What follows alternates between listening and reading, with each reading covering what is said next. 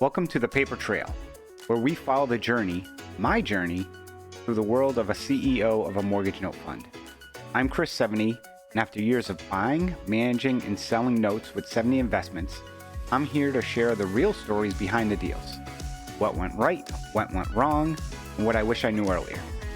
From non-performing loans to seller financing to private lending, this show is about more than strategies, about growing your business, learning to follow the paper trail, and doing the due diligence that separates the pros from the rest. Now, let's hit the trail running.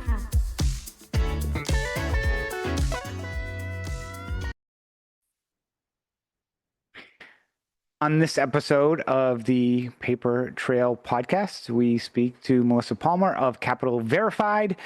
This is an interesting and great episode because she provides due diligence services for private lenders and other note investors, which I didn't even know this existed. And when we heard about this service, we wanted to make sure she would be speaking at the Paper Trail Conference, September 18th to 20th in Chandler, Arizona. So hope you enjoy this episode with Melissa, who is a former investigator as well. So thank you and enjoy. Hey, Melissa, how are you today? Hey, doing well. How are you, Chris?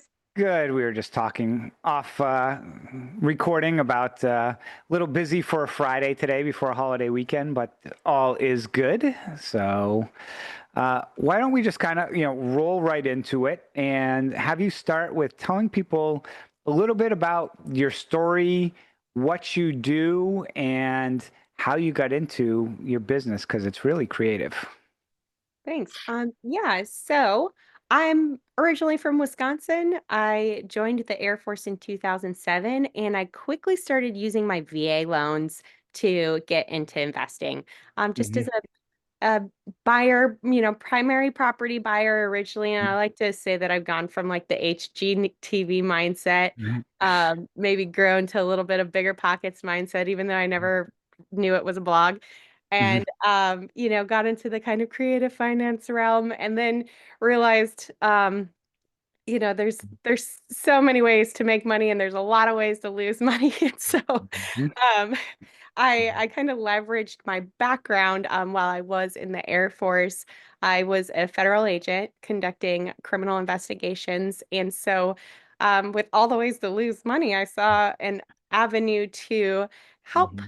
people avoid fraud. You can't prevent it, but help Hmm. avoid. So kind of repurpose those investigator skills as a due diligence consultant of sorts.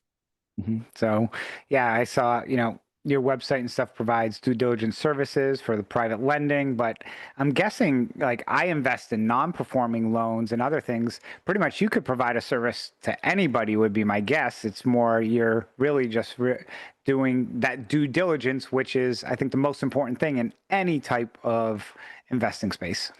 For sure. Yeah, it's kind of like applying the appropriate tool for the job. You're not Yep. necessarily going to use a hammer drill on a 2x4, but Yep. the at the end of the day, due diligence can be done so many different ways, and that's kind of why I niched down into the private lender space. Yeah. Okay. Now you mentioned also that you've owned some rentals and so forth as you started getting investing.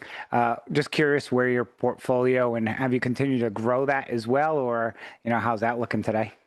Yeah, so it's primarily in Big Bear, California. I've got a Okay. triplex, a short-term rental, and a dirt lot that I'm developing, a commercial dirt lot.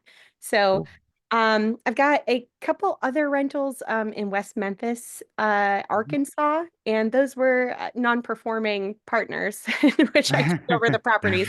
So, I don't want those, but they Yep. were a Mhm. consolidation prize for the Mhm. capital that I wanted back, right? Okay. So you're developing. That is awesome to go from where you are to, development. I come from a background of development and construction and everything. So every time I hear that, and actually today I sent our team pictures because we have two properties that we took back on non-performing loans that we're renovating them. And I sent some pictures of the renovations and in the blurb, I'm like, I know I'm the only one who enjoys seeing like framing going inside a house or like siding being completed, but this is my joy and excitement. Yeah. So great. What's, something about your journey that most people don't know, but probably should? Yeah, so people think I got into the due diligence because of my special agent background, but really it's because I got ripped off. So Okay. I got invested into a total Ponzi scheme, robbing Peter to pay Paul, based off of recommendations in a very expensive paid community. And at the end of the day, I realized if I could fall for this stuff, as a former federal agent, others could too, and especially new investors. And so, yeah, that's the, full. I won't say it's the real story because they're both Right. part of the story, but it's the Mhm. full Mhm. part of the why I got into this. Mhm. I'm guessing you probably did you beat yourself up a lot saying, I can't believe I fell for this because this is my background. I should have known and like Oh, recircle yourself 1,000 times through the steps of like, you know, everything, unfortunately. oh yeah, reliving every moment where I was like, I asked for that information. So good job Yep. me. I asked for it, Right. but they didn't provide it, right? So it's the Yep. person, the property, the proof, right? They Mhm. can furnish all of this information, but if you're not verifying it, um, there's really not a whole lot of security there, right? And so Mhm. I like to say, don't trust, verify. A lot of people will like to lean in with trust, but I think when when there's financial outcomes, you really Mhm. want to verify those figures. And if at the end of the day, it's a lot of dreams and not reality, I'm not saying you can't invest in those. I mean, in development, especially, I mean, I'm developing in a very rural area of Big Bear, Mhm. California. So it's like, Mhm. there's a little bit of dream and Mhm. chance that can go into some investments, but just Mhm. knowing actually Mhm. having the information to make an informed decision is really the most important part. Yeah, because there's a very big difference between a deal going bad and having risk and a deal where it's just fraud. And, Yes. and sometimes those deals end up going bad that turn into fraud where people didn't have that up front, but then there's deals that, interestingly enough, I did not know this. I'm curious if you did. So we are, have there's a software that was sharing with us that they have a system that does like OCR and scanning, and they mentioned that they can easily tell if a bank statement has been modified because banks actually have their own font and font size that is only their own specific. So like if you took like a PDF editor and like tried to change a number and so forth, the font and font size by each bank is specific only to that bank. So these OCR systems can easily pick that up and flag it. And we were getting a demonstration on this because again, some of the fraud is when you go to lend to people, they say they have this much in the bank account and there's plat and stuff that can adjust. But a 6-month-old bank statement, you might not be able to, see or know. And they were, and they were telling me about this. I'm like, wow, it makes so much sense. But I'm like, I never knew that. Yeah. And like Plaid is Mm, a wonderful mm, way to actually integrate, not mm. even have to look at documents, right? Yeah. But at some point when you're just doing the preliminary scan, you're not trying to I make know. it a complete chore for a borrower Oh, to. yeah. Mhm, And so it's easy mhm, to kind of get by with the lowest threshold mhm. documentation available and then kind of just proceed down that Yeah. route. Yeah. And like you mentioned, a lot of times most people like to think people are trying to do good, so you put a trust in them where, like you said, don't trust but verify. I've never heard that, and I actually like that. It's usually the trust but verify. Right. So, everybody typically has a core investment philosophy. If you could describe yours in like one or two sentences, what's your philosophy and where'd it come from? Huh. Well, I would say it's the don't trust, verify that's kind of like Well, in my that is. I mean, that's a great philosophy. Honestly, I mean, I would roll with that. That's actually a great one. So, and I think, just so I'm not copping out with my previous offering is, I think investing with values is really, really critical. And I'll say I started investing in 2009, but it's been very slow and I don't have some massive portfolio, but I will say I did find myself chasing investments such as the Ponzi scheme that I found myself Mhm. in that really didn't align with my values or interests beyond returns. And so, um, part of that don't trust verify is like not investing in the returns, investing in the information and actually making that sure that information aligns with your goals and values, I think. So, Oh, so many people will just look and chase a number and not totally. understand what's behind that number. And we run a fund and we target 8 to 10% of people. And some people just laugh at us and be like, oh, I see deals at 25%. And I'm like, that's great, but how did you really are people really getting 25%? So Right. Yeah. yep, What's the percentage of default rate on those 25% opportunities you yep. have? Mhm. Yeah. So, well, and kind of you might be answering the questions ahead each one, but what's one principle you live by in your business that guides how you treat just the people around you? Yeah, so for Mhm. principles, I like to borrow the Stoic philosophy, like the Stoic for virtues of Mhm. courage, wisdom, justice, and temperance. Mhm. Um, I feel like those are just like a very solid foundation for me then Mhm. building upon with those values and then Mhm. the intent and goals. So yeah. Yep. So no, great. Uh, we have you as a speaker at the Paper Trail Conference. I guess, why is it important for you to, be a part of a conference and speak and provide, a session for people? Yeah, I think especially with shifts, right? If people are shifting from paper notes to maybe more private lending, I think in those shifts is where we can find ourselves in just suspended in this very brief period of vulnerability where we're trying to apply skills in one area to another area and they don't always translate.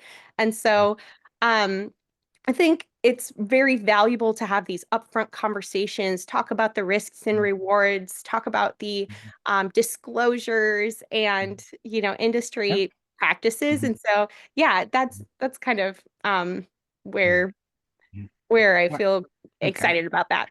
No, and I like to kind of use the analogy sometimes. It's like being again, if I'm not saying it's the same in any way, but it's kind of like being like a doctor or an attorney. Like there's different types. And just because you're an attorney doesn't mean, you can do real estate if you're doing corporate law. And it's the same thing in notes where, yes, I could do seller financing or I could do non-performing. But then when you shift over to private lending or try and mix those, like you said, there's that moment of vulnerability where you don't know what you don't know. And you think sometimes because you've already been in the space, but it's really that area where, and a lot of times it's sometimes can be a very brief moment in time, but it's still a moment where you don't want, all the cards to come falling down on you. So, Yeah, um, I even think about like the contractor that moves to an investing fix and flipper. So now instead of being the contractor being paid, now you're the one putting the risk up and they make different mistakes than they'd make as an employee. So even with that very close relation, sometimes there's just lessons to be learned in that oh, little gap. no, I have a very hard lesson learned. So I made the move from I was doing construction management for commercial large general contractor. And then, we used to call it go to dark side because I went to go work for a real estate developer. And I remember I was managing a project and one of the vice presidents came to me and this was, 15 years ago. And, I'll say construction and development uh, being treated back then is very different than today in regards to some of the things. And I got completely reamed uh, and the whole sit down when I was with this person is you're thinking like a contractor, not like a developer. And it is two completely different mindsets and shifts. But I'll tell you, just like, you mentioned you've been, burned on a deal, that just kind of been like engraved in me ever since on the differences because as a contractor, you're just like, I'm getting paid. I just want to get the job done. Here's my scope of work and just, I want to get done. And the developer, you're, hey, look, what we got to mitigate risk. We want, there's so many different avenues and paths and things you have to manage versus a contractor. And that was really eye opening for me. So that is, sorry, I digress a little bit, but that's a great analogy. Um, Without spoiling the whole session, what's one thing you hope people can learn or think differently after hearing from you? Um, well, Mm, I think you actually brought up some beautiful points here where I think it's just understanding the different lenses to apply, right? So underwriting as a buy and hold investor is different than mm, underwriting as a note investor or mhm, as a private lender on a fix and flip versus a private lender on a short-term mhm, rental or getting some of those mhm, more creative exit strategies. So mhm, I think it's just allowing people to understand there's no rules and mhm, there's mhm, art, and it's not rules and science, it's art and craft and lenses to apply based mhm, on those risk tolerances mhm, and outcomes desired. And so just having a maybe a little more in-depth conversation, because I know a lot of people want a checklist and they want the rules and maybe just kind of opening them up to the opportunity to create their own left and right mhm. boundaries based on the lens that they want to view an investment from. I'm laughing because I had two people reach out to me and be like, "Can you send me this checklist? Can you send me this checklist?" And I try and preach together. It's a guide, and just because you check a box on something is getting something is very different than being able to analyze, review it, and know what next questions to ask. And Yeah, that's where it's hard because you need experience, but it's also good to be at conferences and meet people like you who can share their stories and, can do this kind of in your sleep and explain some of these things. So even if people just pick up one lesson from it, it's movement towards growth. So, totally. yeah. And you've probably worked with, all kinds of investors. In your mind, when you look at somebody and it's like, wow, that person really knows what they're doing. I, look up to them. What is their, makes you feel like they are like exceeding or being, in the investment world or space? I think and I'm going to preface this with I'm an auntie. I'm not a mom, Yep. but I do think I've got yard kids, so we've got a Hmm. front house, back house, Hmm. and a shared yard with my brother-in-law and sister-in-law. But when I look at investors that I really truly admire, Hmm. um, they still have a really close and loving relationship with their family. Their kids still want to spend time with them, and vice Hmm. versa. And not because of a neglect involved with that time that they don't get, but Hmm. just a true meaningful connection with their family. Hmm. Because it's I think a little Hmm. easier to be obsessed and just build, build, build, grow, grow, grow. It's probably a little harder to actually maintain a semblance of reality along with that growth. So it's kind No. of the down to earth Mhm. rich neighbor that you didn't expect to have all that Yeah. bank and property. Yeah, and it's all about balance, and providing that, work-life balance, which I know a lot of people, always say there's no such thing, but you can have it. And it's interesting you mentioned that because I know an individual who, has grown a company to, start, in the billions. And that person though gets up at 3:30 in the morning, goes to work and is at work at like 5 a.m. and is always the last person to leave the office. And they've been doing that for 30 years. And, question is, did they ever see their daughters grow up, go to their sports, go to their games, or did they just spend it trying to build something where it's great that you can say, I built this humongous business and people might respect and admire you. But for me personally, I am a parent of two kids. And at the end of the day, I really don't care what other people think about me. It's what, my family does. And somebody made a quote recently, and I forget who it was, but they were in the news getting blasted for something. And their comment was like, I'll never I don't take feedback or criticism from somebody like I don't know. I forget what the quote was, but it was just perfect because it's like, online somebody, you can roast me, but like I don't care. Like I don't know you. Like so that was Yeah, and interesting. I like when you started saying the quote, it made me think of a slight variation, which is like, I'm not going to take feedback or advice from someone whose life I don't want to live. Like if you have this horrible life, Mhm. and yeah, maybe a lot of money, but you're ill, you're angry, you give everybody the leftover crumbs of your personality, like, no, Yeah. thank you. We could probably have like 5 episodes on this next question, but we'll try and just boil it down of, what's a mistake you often see the new investors make that you try to help them avoid? And you've already mentioned probably 10 on this episode, but, I can either reiterate one or another one that, you've worked on or seen. Yeah, I think often it's taking what's provided and underwriting that. So someone can provide you an Excel spreadsheet, but maybe verify the data behind it and get some proof. So, for example, I've seen this investor, this fix and flipper has completed 20 flips in the last 18 months and has these great ARVs.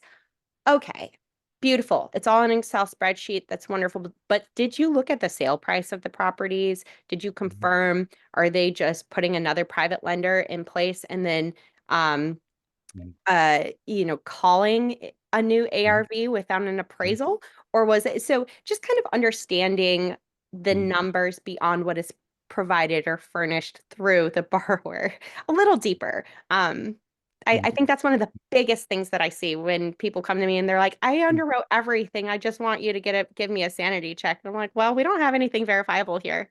Yeah. So Yeah. We recently saw one where somebody bought a property for 150,000, said they put 50 into it, and now it's worth 500,000, and we're like, that doesn't really seem like it's adding up. So it's yeah, the you know, red flags are easy. It's the yes. yellow flags that are hard. No, that is 100% wow.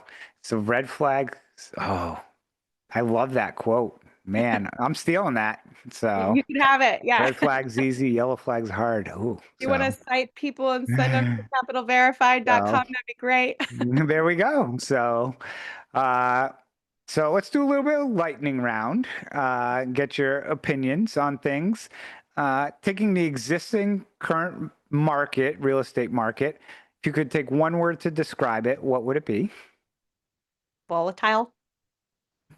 I would agree with that. I was actually getting uh, people trolling me on in Bigger Pockets the other day because I mentioned it was volatile and there was a report like 49 out of 50 markets are now declining. And somebody said, made a comment. I'm like, yeah, if you wait a year, you'll be able to buy it like at, 20% discount. And, someone's like, provide me links, provide me this. So I actually threw them 2 links because, you know, I invest in a non-performing note space, so I can see people who are in default and they're just literally knife falling, dropping prices. Where I've seen one property start at 900, now it's in the sixes because they're just trying to liquidate, and their loans matured and they're at 18% interest right now, so they're trying to sell. Yeah. What's one thing you've changed your mind about in the last year? Oh, I lost it. Let's see. What did I change my mind about in the last year? Ooh, shoot. Sorry, no, this is lightning. Okay. Sorry, let's No, skip that's it. okay. We'll skip it. We can maybe come back. It's like a Family Okay. Feud, this clock's still timing. Yeah. What's one person you would thank for your success? Ooh, I have this. It's a It can be more than commander one. that, So, yeah. So Pat Hunt, he was my commander in like, I don't know, 2007 through 2009. I was his mhm, executive assistant, and this man just taught me so much about um love, charisma, investing. He was a mhm. big craps player, and I lived in Vegas at the Okay. time, so we that's how I learned how to play craps. So yeah, I think about him all the time when I think about like the best mentors, and we don't even talk like maybe once a year, birthdays, but it's still lots of lessons carry forward. Okay. So if I understand this correctly, you are a due diligence risk mitigation expert who plays craps. 6 and 8, 6 and 8, push and take. Yeah, that's how So, much craps I know. so my grandfather, when I was little, used to teach me craps and baccarat, and I can't remember now, but yeah. So, It also works um, out well when you're at the table and the $60 that I planned on, yeah. you know, using all night Hmm. goes and I want to leave, but people don't like you to leave the table. So then you get to play with Yeah. other people's money. Yeah, exactly. So we can go back to see if you've thought of anything that you changed your mind on last year. If not, that's okay as well. We can wrap this up and, any final thoughts or how can people reach out to you and learn more about your services? Yeah. So capitalverified.com is my site and where you can initiate any services. And then I've got an Instagram at melpalmer.me, Mhm. where I try to make due diligence fun and funny because it's really boring. So yeah, and just final thoughts. I'm really looking forward to the conference and just, a um long enduring just body that has provided so much value over the years and yet continues to transform a bit. So my first time attending, really looking forward to it. Great, thanks, and look forward to seeing all of you September 18th to 20th in Chandler, Arizona at the Paper Trail Conference. Melissa, thanks for joining us today. And for those listening, make sure to leave a like, review to this podcast. Thank you all. Thanks, Chris. Thanks for joining me on this episode of The Paper Trail. I hope today's insights help you sharpen your note investing strategies. If you found value in this conversation, subscribe, leave a review, and share it with fellow investors. I'm Chris 70, reminding you to keep doing the work, trust the process, and always follow the paper trail. Until next time.